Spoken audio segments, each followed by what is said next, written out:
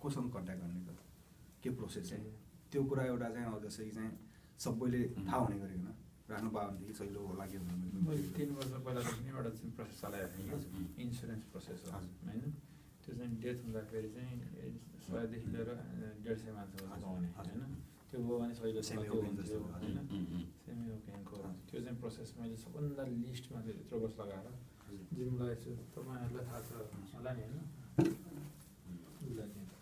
त्यो प्रोसेस अगाडि बढाइरहनु भएको छ नि होइन त्यो चाहिँ मैले 3-4 वर्षदेखि पहल गरिदिएको प्रेसिडेन्ट हुँदाखेरि नै गएको पल्ल उनीहरूले चाहिँ महिनाको धेरै पनि छैन 200-300 एनले त्यो चाहिँ गरेको चाहिँ होइन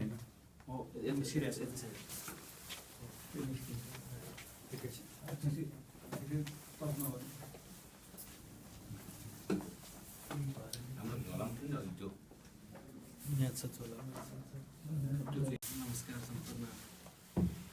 जापानमा रहनुभएका नेपाली दाजुभाइ दिदीबहिनीहरू तथा नेपालसँग सम्बन्धित सबै सङ्घ संस्थाहरू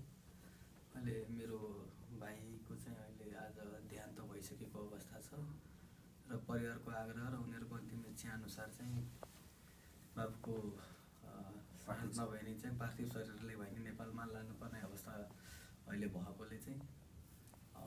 र अलिकति यहाँ जापानको नियम कानुन र यिनीहरूको अवस्था अनुसार चाहिँ अलिकति खर्च बढी हुने भएकोले र यहाँ चाहिँ नेपालबाट म एक्लै आएको र अहिले चाहिँ मेरो खासै त्यस्तो अवस्था पनि नभएकोले चाहिँ सम्पूर्ण नेपाली दाजुभाइ र अरू सङ्घ संस्थाहरूलाई चाहिँ आर्थिक सहयोगको लागि पहल गरिदिनु हुन अनुरोध गर्दै ताकि चाहिँ कम्तीमा मेरो भाइको पार्थिव शरीरलाई नेपालमा लगेर उसको आमा बुबा र उसको श्रीमती र बाबुहरूलाई अन्तिम पटक देखाउन सकियोस् भनेर सम्पूर्ण नेपाली दाजुभाइहरूमा अनुरोध गर्दछु। यहाँहरूको सानो सानो सहयोगले सायद